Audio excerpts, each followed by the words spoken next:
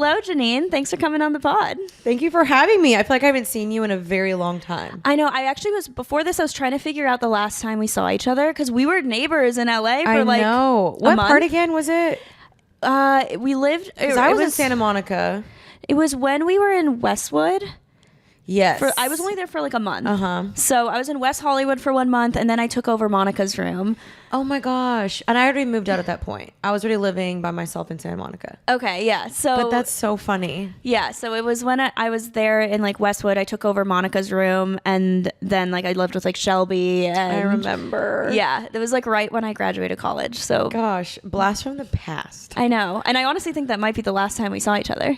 That's crazy. Yeah, because I don't feel like there's like beauty cons, or I don't go to Playlist Live. I mean, any of those like influencer events I don't go to as much anymore. I know. I don't either. I feel like they've kind of died, besides like they're always like the up and coming people go to them, but I feel like just like lifestyle influencers and like fashion influencers or beauty or anything like that like don't really go to anything. I know, it's kind of sad. I know. BeautyCon was actually like really fun.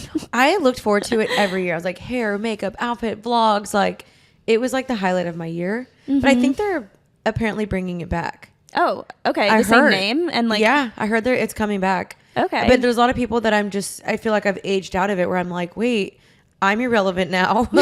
And I don't know anybody going. No, yeah. That's kind of how I feel. I'm like, okay, I like social media because obviously, yes, it's like our job and stuff, but it gives us so much like freedom and flexibility, and obviously our community grows with us, but I don't care to be in the content world anymore. Right. Like my best friends are not content creators, and like I'm not doing like collabs with people, or like I don't know, that I feel like before when I moved to LA, for example, I was like, I have to move to LA because like that's the place to be for influencers, and I just like don't feel that way anymore. Like don't go to events either. It was just like it was that peak like 2016 to probably 2019. Yeah, when it was like that was like you had to go it, or you felt like you were falling behind or whatever. And I feel like I'm in the same way. I do have a lot of content creator friends still here, but it's so different. It's not like YouTube. It's like bloggers now and like podcasters for me. Yeah. So it's like it's just shifted so much for me. Yeah. How has like your social media evolved? Because you started a really long time ago. Like when did you start your YouTube channel? I started 2010. It was February 2010. So it's been a long time. I started doing the classic like back to school, what's in my bag. Like I think my video that really popped off was like, what's in my cheer bag? Some people still to this day, they'll meet me and they'll be like, oh my gosh, I remember your what's in my cheer bag video. And that's when I know I'm like, you're an OG. Yeah. Like, you know me. Yeah. And so then I got to college. I did college content. I moved to LA. Then I was like, again, the peak collab era, like the DIYs, fitness for me. And then I went through a lull, like pandemic area. I would say like 2019, 2020, probably the worst time career-wise for me. Really? Yeah, I was losing a ton of followers. I was very insecure. I didn't know what I wanted to post. I didn't understand what my like content was anymore. I was going through a breakup. And then I was also growing my faith at this time. And so my content was naturally shifting. And then some people were like, oh, we don't like your new content. We want the old content. But I was like, I don't like the old content. And then now I feel like I'm in the best place ever, which I'm loving it. And my page has actually been growing again, which has been fun. And now I do faith, fashion, lifestyle, but I would say heavy emphasis on just like my life, my relationship, my marriage, definitely faith-based. And I love fashion still. Yeah. I wouldn't say people like know me for it, but I still post links like all the time and do those. Yeah. So, yeah. I feel like lifestyle in general, like that's going to come with it, is like the fashion content and everything like that. But I mean, I didn't realize that you had gone through that period of like the low moments, because I feel like you feel like everyone probably sees that. But as viewers, like I followed you for like so many years, like I feel like other people don't notice it. And then now you've come back and like you have your podcast and you have a book, and like you said, you're kind of like at your peak again, or like growing again. When you were going through that lull, was it ever a point where you were like, oh, I need to like get another job, or I don't know if I want to do this anymore? Or like, what were you kind of, I guess, mentally going through? Was it just like insecurity, or did you think that you had to make changes or anything like that? Honestly, it was multiple things going on at once. So one, I was in a relationship where the man and his family really, really, really picked apart my social media. Really? And Like they didn't want you doing it? they did not, like, if we got married, they were like, we don't want you doing it. We don't want our kids on social media. Then my boyfriend at the time was like, I don't know if I want to do this anymore. And then it was kind of like, oh, you're seeking for attention, or you want a lot of followers, or you're not a real Christian because you don't post God enough. And so it was like I went through like a weird crisis. And then I started to question myself, and I was starting to be like, okay, like, what do I post then? Because like I want to be genuine about my faith, but at the time I wasn't like fully there to share it yet. And then I started to get a lot of hate comments, and it was just like a rough time all around. Yeah. This was like pandemic era. Yeah. So like everything was just really difficult. And I was also just like, okay, maybe I need to be doing more with my platform. And then I just started getting really insecure about myself, and probably received the most hate comments I have had in a while. And so that was difficult. And then also just, I was seeing my numbers really decline. Yeah. And so from there, I was like, you start to question yourself, like, okay, does anyone like me anymore? Is this even working anymore? And then everything I would put out, it just flopped. And so it was like multiple things going on where I was just like, I don't know if I want to do this anymore. But in the back of my mind, I knew I did, because I loved it and I never saw myself quitting. But there was definitely a moment where I was like, maybe I need to like take a step back. Did you take a step back, or were you pretty consistent throughout? I definitely took days off. Like I would still post, but my channel posting got really less consistent, where people would be like, you haven't posted in a month. Like, where have you been? And I was just struggling with like inner demons and like my own thing, and just feeling like it was always the thought of like, I'm never good enough. Yeah. When like you would post something and it wouldn't do well, or you would post something and you lose followers. You'd make a video and you tried really hard on it, wouldn't do well. And you're just like, oh my gosh, anything I do is never good enough. Yeah, no, that's really hard. And I think as creators, because I've also been doing it for a long time, like our identity is our career. Like, especially because it's not like you can clock out of it. Like, it's our life that we're sharing. Everyone has an Instagram account, but not everyone Instagram is their job, you know? And so for me, I struggle with like, how do I set, like, who am I apart from, you know, who I am on social media? Because I view them as like one and the same. And so then like my career, I'm like, okay, my identity is so wrapped up in what I do that like if someone were to ask me like, tell me about yourself, that's like the first thing I say. Right. You know, it's like, oh, I'm a content creator. So was that time, were you able to like separate your identity from your career at that point, when you realized that like it wasn't always going up, or like it wasn't always great, you weren't getting love and, you know, admiration all the time? Because I think as creators, that's something that like when it's good, it's really good. Yeah. But when it's bad, it's like we question our entire self-worth, entire existence. Literally. Yeah, exactly. When you brought up the word identity, that's like totally what I would boil it down to. Is I wrapped up my identity into it like completely. And I would always tell people, like, when people liked me, I was like on the moon. I was like, yay, I'm so cool. And then when they didn't, I mean, I like hated myself, because my identity wasn't in Christ and it wasn't rooted in the Lord. It was rooted in people pleasing. And I feel like now I still minorly struggle with that. Of course, like, how can you not? Because of course you like want to cater to your audience and make them happy. But I put way too much weight. And so that was the problem, is I literally thought, if someone doesn't like me, that is a representation of how God sees me, how I see myself and everything. And so my entire identity was into it. And so now I feel like I have a way healthier balance. I'm older too. Like, I'm 30 now. And when I was doing that, I was just turning 25. And so it's like, you're still learning and growing. Yeah. But yeah, identity is a huge, huge thing, because you really do place all your worth and value into it. And it's kind of scary. Yeah. And I know like you've grown up Christian, right? And you've like always been Christian, but you were saying how like your faith has like really strengthened in the past few years. How did that, like, when was that moment for you? Was there a moment where you were like, oh, I like had an interaction or an encounter, or was it just kind of like steady since you've always heard it and you've grown up with it, or was it kind of just like all at once? Yeah.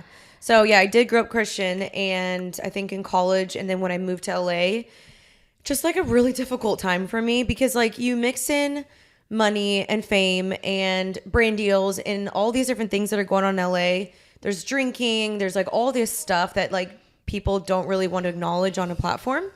And you mix in all of that, and then me kind of being like, I'm going to walk away from my faith a little bit. I wanted to like dabble And I'm not proud of that at all, but I was just really trying to figure out my faith for myself. And so I always knew in the back of my mind that God was real, that he was true, that he was the only way. And I never like fully walked away, because I would still like listen to worship music. I would still have my Bible. Yeah. But I was very much living a double life. Like I would say I'm a Christian, and then I would go to those influencer events and I would get like hammered. Yeah. And I would go home and I'd be like, oh, like, why did I do that? I'm such an idiot. Like I would beat myself up, shame, guilt, all the things. And then the next weekend I would just like rinse and repeat. And I remember finally, you know, looking at my life and being like, I am not where I want to be. Like I'm depressed. I hate my body. My platforms are tanking. I just feel the most insecure. I'm dating this guy. His family is roasting me.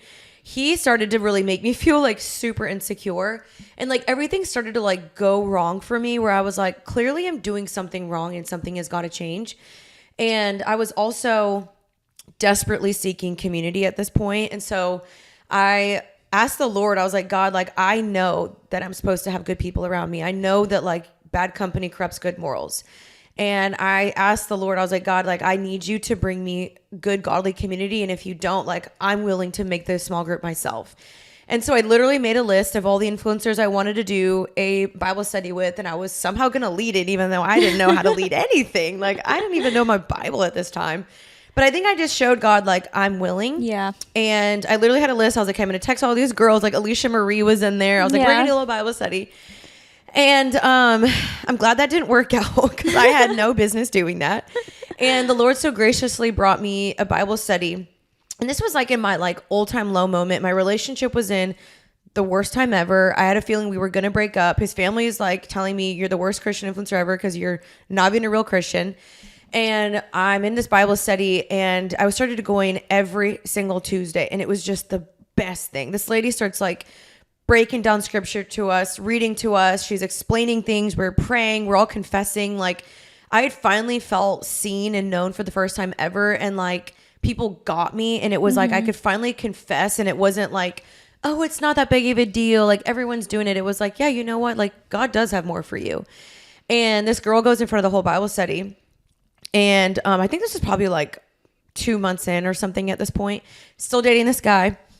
And she's like, hey, I know Casey left. So Casey was our mentor and our Bible study leader. She leaves. She's like, hey, now that Casey's gone, like, I want to let you guys know I've been meeting with Casey, and I really want to encourage you guys. Like, if there's anyone here that is struggling with something and you need to find freedom, like, I really encourage you, like, go meet with Casey. And Casey was like a life coach. She was a counselor, and also just like a mom to all of us. And my heart just started like bumping. And I was like, oh my gosh, like, I think that's me. Like, I think she's speaking directly to me. So I just knew I was supposed to go meet Casey. And I meet up with her, and I just continued to meet with her. And I'm just telling her like upbringing, breakups, like things that I'd done in my past, like decisions I had made, talking about the influencing thing. And she just broke things down to me like that made sense. And she challenged me, and she called me higher. And she literally told me, she was like, if you keep getting drunk, like no godly guy is ever going to want to marry you. And it convicted me. And I was like, oh, and I was still dating this guy. And I was like, oh, shoot. She's like, your boyfriend's going to break up with you. Like, if you keep acting the way that you're acting. She's like, you can't keep living a double life. And like, nobody had ever challenged me the way that she challenged me. And at this point, like, to some people that might sound like really judgmental. To me, I needed to hear that. Like, I needed someone to gently nudge me and say, hey, like, there's more for you. There's better for you. This is not what God has for you. So like, let's work on that.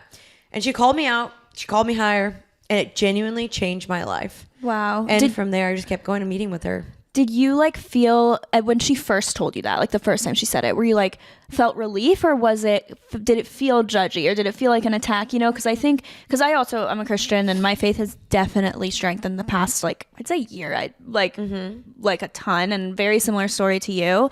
And I know in the beginning, like when you hear certain things like that, it's like, oh, well, like God loves everyone, and you know, you can do whatever. And it's true, God does love everyone. You know, like that is, I'm not trying to say that that's like not true or anything like that. But of course, like you said, you're called to be like, he has more for you. And there are boundaries that are in place or should be in place for a reason. And so like godly boundaries that should be in place. And I feel like sometimes though, when you're kind of in the thick of it and someone tells you that, you might feel a little more like on edge or on the, you know, you want to get defensive and you want to say, well, it's not that bad. Like, look at what that person's doing. Or Totally. Is that kind of how you felt in the beginning, or was it just like instant conviction? Yeah. It was honestly both. Like at first I felt judged, where I was like, you don't know me. Like, how dare you say that? And when I softened my heart and like let God convict me, I was like, you are absolutely right. And I knew it. It was like, I was also ready for that change, because if you had looked at my life, it was like, clearly what you're doing isn't working, girl. Like, what do you think? And so I was ready to hear it. And I was just like, you know what? You're right. And I absolutely need to make a change, and this is not working. And I was just so ready. Like, I was just sick and tired of being sick and tired. I was done with my decisions. I was done with the double life. And I was just really thankful that she called me higher. And I feel like, again, to the world, you could be like, you're judging me. But like, the Bible literally tells us, like, and I think it's in John 14, where God tells us, like, hey, if you love me, obey my commandments. And I was claiming, like, I love God, but I didn't obey anything. And so it's like, if you want to be a true, genuine Christian, you love God so much that it compels you to want to follow him and obey him. It's not out of obligation. It's out of like adoration for the Lord. And once I flipped that, I was like, oh. And also, like, God loves me. Like, he wants more from me. This is to protect me. It's not because he's forcing me. It's because he has more for me. Mm-hmm. And that perspective changed my life, where like organic, healthy, godly change just naturally came. Yeah. How do you go, or what advice would you give, or I guess, how did you go from feeling that shame that you said that you used to feel to realizing, like, okay, shame doesn't come from God, you know? Yeah. I think conviction does, but not shame and like that insecurity and lowering your self-worth. Like, how do you go from that to making a change, and like then conviction to change? You see, like the not feeling like that, like you're not good enough, or you're like a bad person or something like that. Oh my God. It's been a journey for sure, because in the beginning, like when you're just growing your faith, you keep falling back into those same patterns and same thinking and mentalities. And so genuinely, I surrounded myself with different people. Like, I left majority of my friends behind, and I maybe kept like a couple friends. Like Shelby Church and I are still friends to this day because of how amazing she is as a person. But most of my friends, I realized, I was like, these aren't people that are contributing to godliness. And so when I did that, I was able to process, because the shame keeps coming, but now you're able to bring it to people and say, okay, is this shame or is this God convicting me? And people would always help process with me, like, okay, no, that's shame. Because shame is always trying to bring you down. It's always trying to say, you know, fix this on your own, or I can't believe you did this again. It's like very accusatory, versus like God's voice is, it challenges you, it calls you higher, and it wants you to be better, and it compels you to draw closer to him. And so like having people process with me to differentiate the two really, really helped me. And then also, like, as I read my Bible, because that is literally what changed my life, was instead of me constantly getting who is God from other people, I would listen to like Todd Michael, or like read different Christian books, or I would go to my mentor, which are all amazing things. But when I finally went to like the actual source, I was able to see, oh, like, this is what God says about me. This is what God says. This is how God reacts to other people, or how Jesus was so kind to the woman at the well, or the woman caught in adultery, or like how they feel after they go to God. They never go and leave more shameful or regretful. They always leave free. And I was like, wow, that's the difference. And so going to the Bible myself and reading who God is for myself, like, changed everything. Yeah. And was that when you started meeting with the lady, Casey was her name, and, you know, you were like, okay, I'm in this relationship, it's not that great. Like, when you started, you know, reading your Bible more, growing your faith, is that kind of also when you broke out, like you broke up with him, or did you guys break up? Like, what kind of changed after that too, in terms of like that side of things? Yeah, that's a whole different story. We did break up. It was not mutual at the time, but then the more I thought about it, I was like, oh yeah. Like, it was just so evident that it was not the relationship that God had for me. And so, like, honestly, you meet God a lot in those low moments. And so that low moment drew me closer to God than like ever before at that time. And I thank God for that breakup, because me and him would have never worked out. And B, I mean, I would just cry and lament to the Lord every single day, and it brought me closer to him. And so The relationship ended, and it was the best thing ever for me. And it's so funny because you can always look back, and when you're in the moment, you just cannot see hope. You cannot. You're like, I'm drowning. I'm never going to get out of this. And I'm like, no, I'm here to testify. Like 5 or 6 years later, like I'm married now. I'm married to the most amazing guy ever. And I look back and I'm like, oh, poor Jeanine, you know? Yeah. Like she just couldn't see her way out of it. And I'm just like, when you trust God and his plans, it always works out better for you. I don't know if I answered your question. Yeah, no. But yeah. And I feel like I'm in that boat. Well, I'm in like the middle of the 5 years for you, where I had also gone through a breakup 2 years ago. And it was something that like, it brought me post breakup like so much closer to God, and like my relationship strengthened so much, and I definitely needed to be single. And now I'm still single, but I'm like so happy. Like it's good, like I have great friends. I like found a great community in Miami, and like Miami is not a place where you think you find a like-minded or like, you know, Christian friends. And, like best friends I've had, like such a good group of girls. And I'm here to also show, like, in the moment, horrible, like, felt like I was going to die. Could not think of any, like, being happy ever again, you know, it was, like, really, really bad. And then now, like, no, I'm not, you know, with someone else or something like that, but, like, I'm so happy and, like, in a good place in my life, and that I'm, like, excited for what's to come, you know, like, I'm not, like, holding on to, like, man, I wish that relationship had worked out or anything, because I know that the plan is better. I don't know when it's going to happen. Like when, you know, the future will happen, but, or like when I'll find someone, but I know it's going to happen eventually. Which is so exciting because like, you just never know. It's I know. Like, it One could be day today, could it could be tomorrow. It could like, that's kind of what's exciting. You're like, maybe I'll meet him today. I don't know. It makes you like when you're single, you kind of like dress up to go to like the grocery store. Like, hey, you could meet him here. You never know. Yeah, you put like your makeup on, you look a little extra nice just in case. Yeah, no, that's really inspiring though. Like to hear how you went from, you know, that one place of being very insecure and feeling a lot of shame and tying your self-worth to like these things that don't like they're not part of your identity, and coming to this like happy place that you're in right now. And how did you and your husband meet? I know the story actually, but I want to. Well, we actually met here at this village. Really? Yeah, we did actually. That's so funny. It's so funny. The village is like a huge. This is not a paid sponsorship for the village. I'm like, if you want it though, let me know. But the village is a huge part of our story because he used to live here when he was single. And we kind of met through a friend. He had taken my friend out on a date. I'm like, how dare you? Oh, really? No, That's yeah, so he funny. did. I'm totally kidding. But he took one of my friends out on a date like back in 2020. And then he started following me through her. We moved both to Dallas within 2 months of each other. And I started dating someone probably 3 months after moving back, 4 months after moving back to Dallas.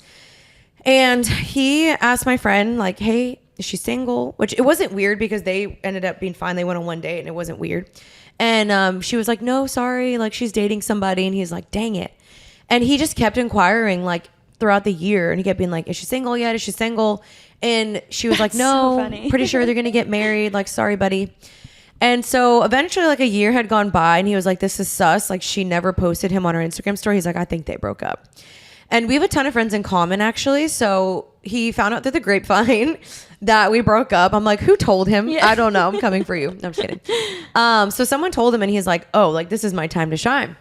And so he starts like responding more to my Instagram stories. And like, I don't remember ever interacting with him. I don't remember ever seeing him. Did you respond? Anything. I did. And I respond to my DMs a lot. So it's like, it wasn't uncommon for me. Like guys and girls, I'll respond all the time. Yeah. And so, unless you're being flirty with me and I'm in a relationship, of course. Yeah.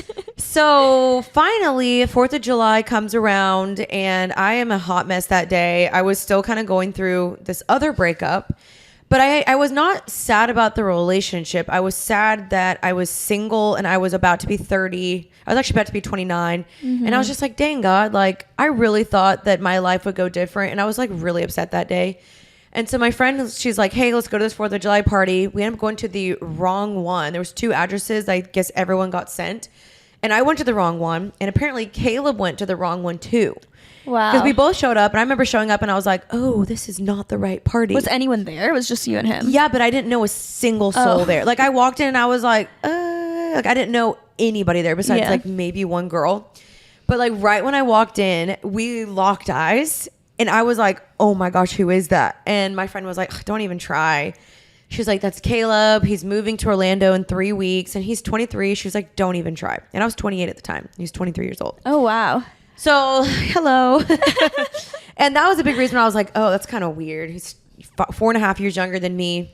And so I didn't think like much of it afterwards, but I was just like, he's super cute. Like I was like really attracted to him. I go home. I'm like on Instagram. I see him in my friend's Instagram story and I was like, oh, there's that guy. And of course I just wanted to stalk. I was like, let me just like do my research. So I click on his page and he had already been following me. And I was like, what?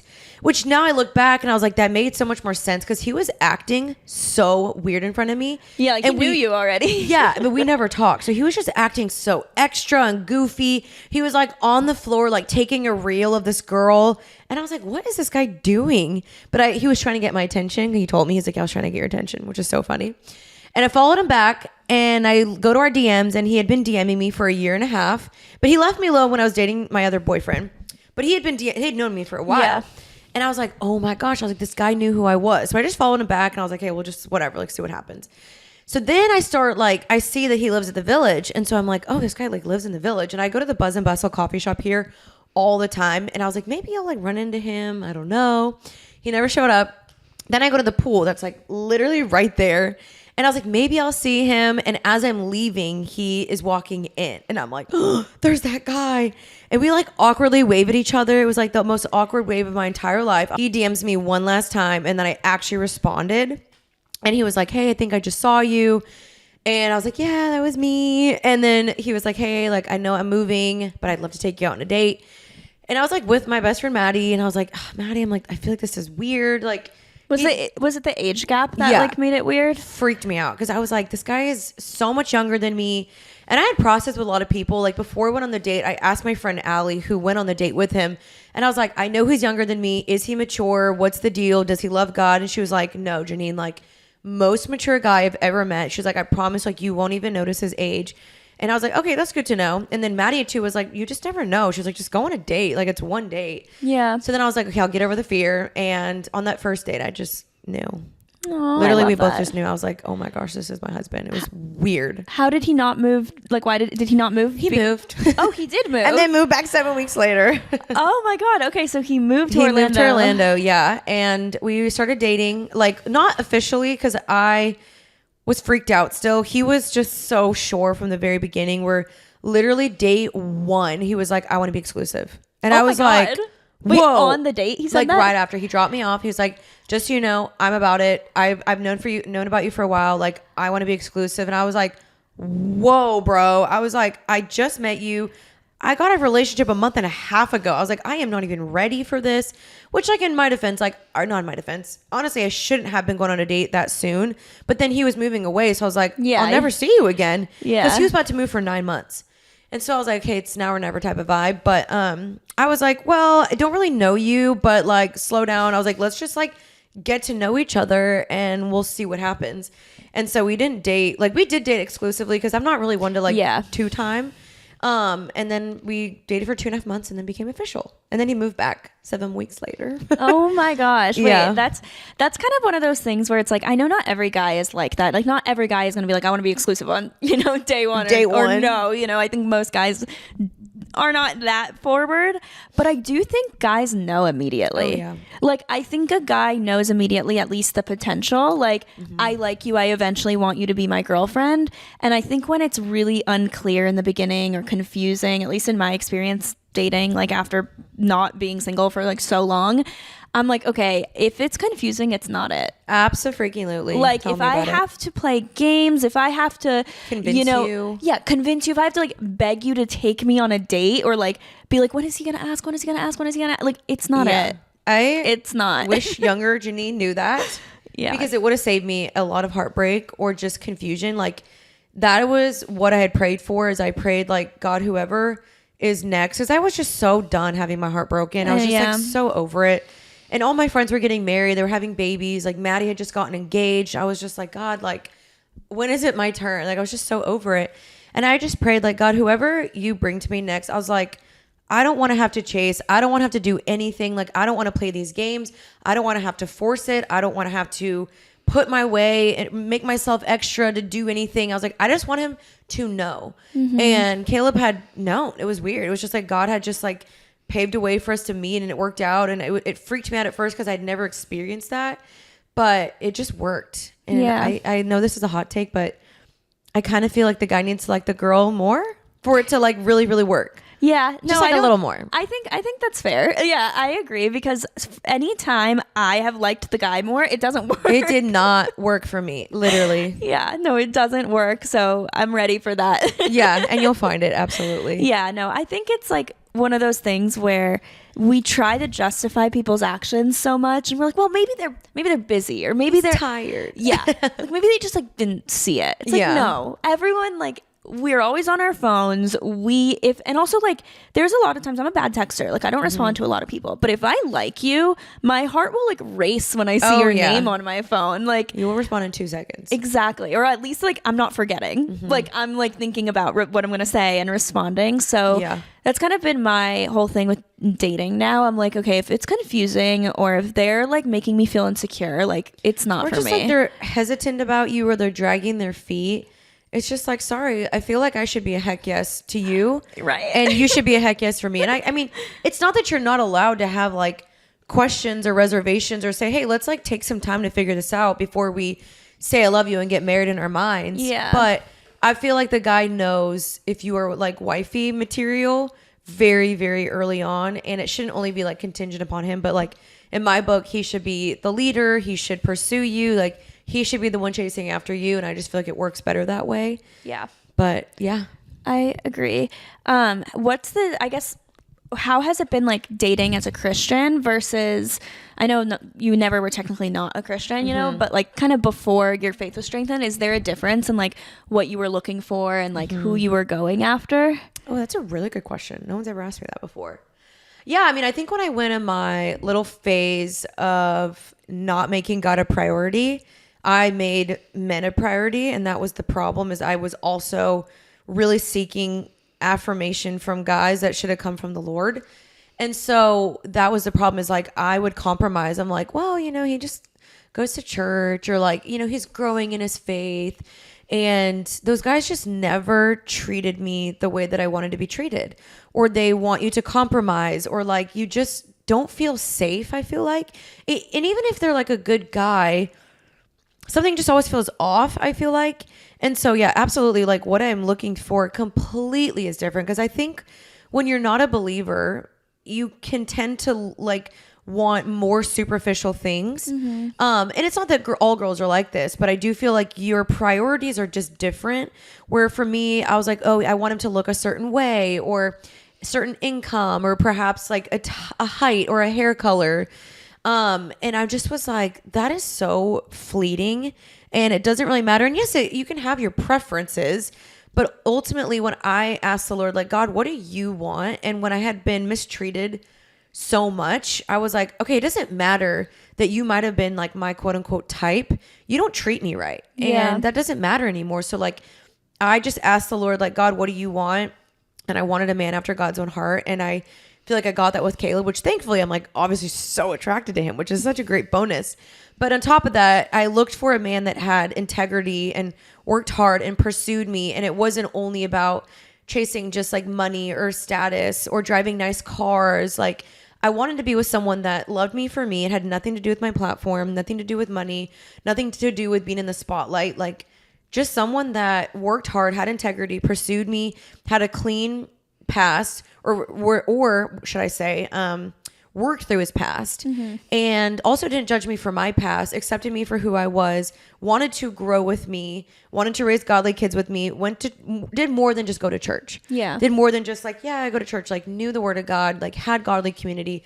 I mean, it's just crazy how much Caleb blesses my life by being just who he is. Yeah. And I think for me, I never like dated guys that were Christian before. Like I like never really, I always wanted it, but it was like, it's just so hard to find. Like, it's like, so like I didn't. And now I'm like, okay, I don't even want to like go on a date with someone that's not, because what's the point? Like, that's the one thing that I like know that I need in a relationship. So like, why would I even consider going on a date with someone that's not, if I know it's not going to end up anywhere?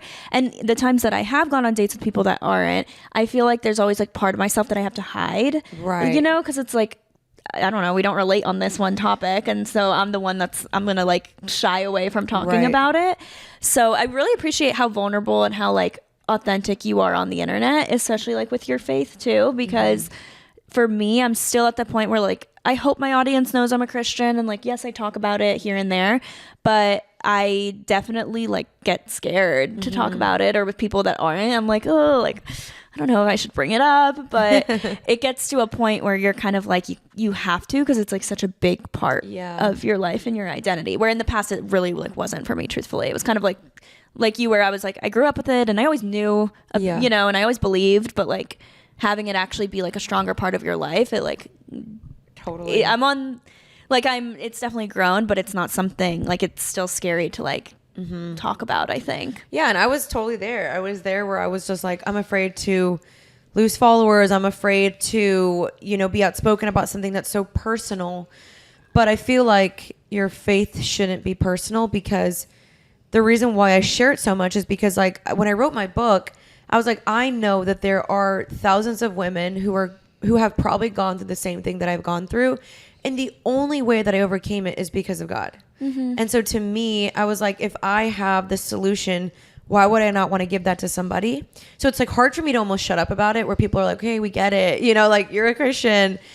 But people say you make it your whole identity. And I'm like, yeah, I do, because it is my identity. Yeah. Like God is my identity. And that is where I funnel everything through now. And so it's hard for me not to talk about it, because it affects every decision that I do. And so I'm sure people could think it's annoying, but it's changed my life, and I want it to change other people's. Yeah, no, totally. I completely get that. And that's kind of like where now I'm starting to like think of, like in multiple conversations, I'm like, oh, like I know the answer. Or I know, you know, like I can bring this up here. But going back to actually even like your book, were you someone that always wanted to write this, like a book to like help people or help Christian women, or, you know, just like help women in general? Or was it something that was kind of like presented to you? Like kind of walk me through the journey of writing this book that is inspired to like help other women that have gone through similar situations. Yeah.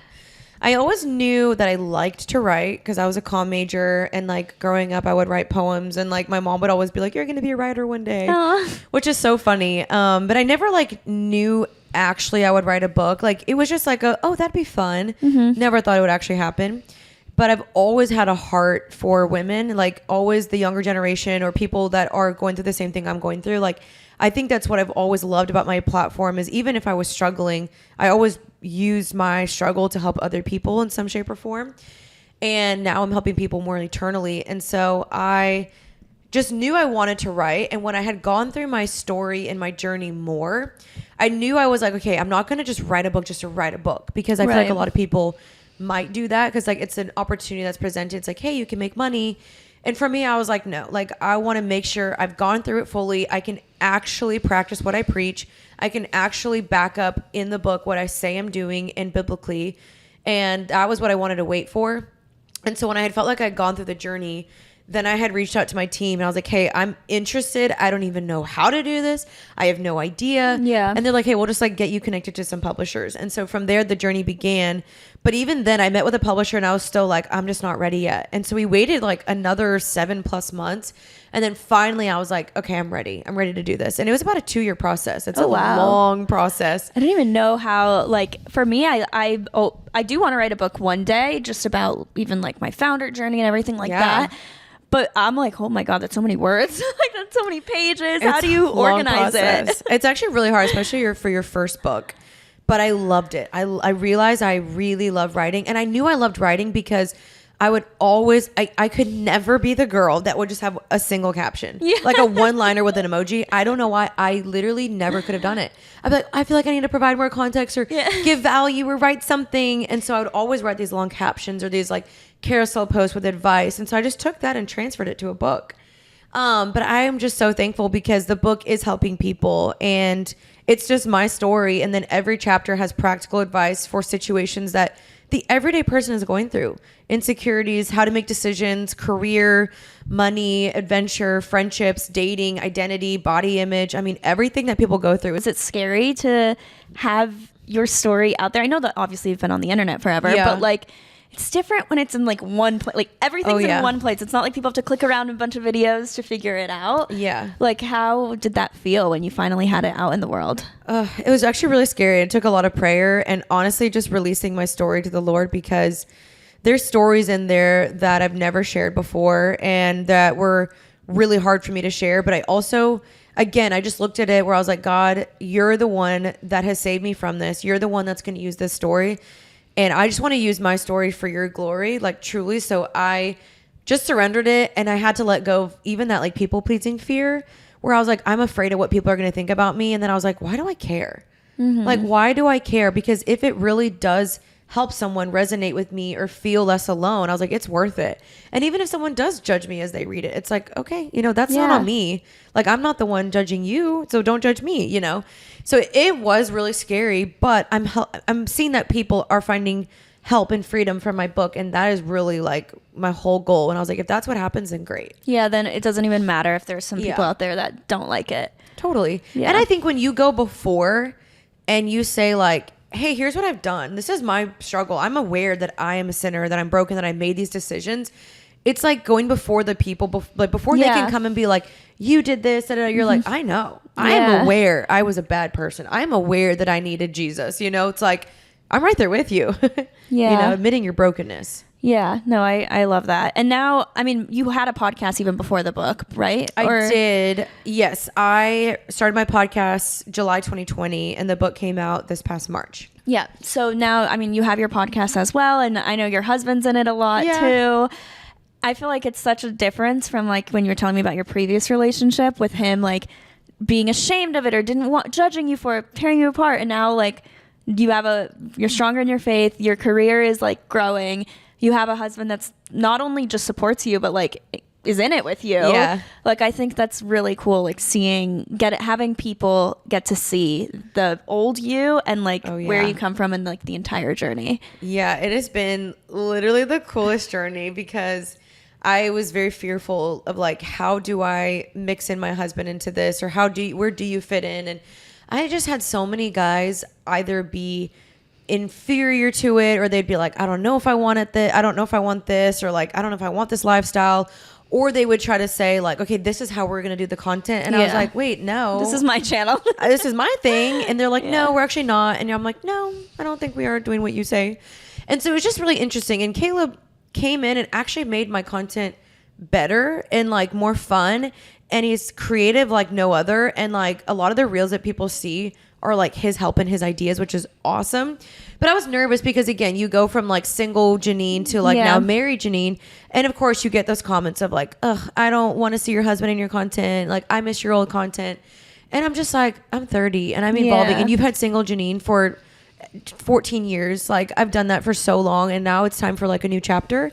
And so I'm like, I'm hoping and praying that people will grow with me in my content. And I think they have. They've been awesome. And, it's a revolving door. Some people will leave. That's the nature of social media. But, then you attract the people that like your content today. Totally. So, yeah. Where can they find your book and where can they listen to your podcast and find you? Yeah, absolutely. So, my podcast is Happy and Healthy. I post every Tuesday. My book is called Becoming Happy and Healthy, so that should be easy to remember. And my name is Jeanine Amapola, now Ward, but my Instagram is still Jeanine Amapola. So awesome. Yeah. Thanks for coming on the podcast. I'm so glad we could do this in person and in Dallas. Thank you for having me. This was a great conversation. Yeah.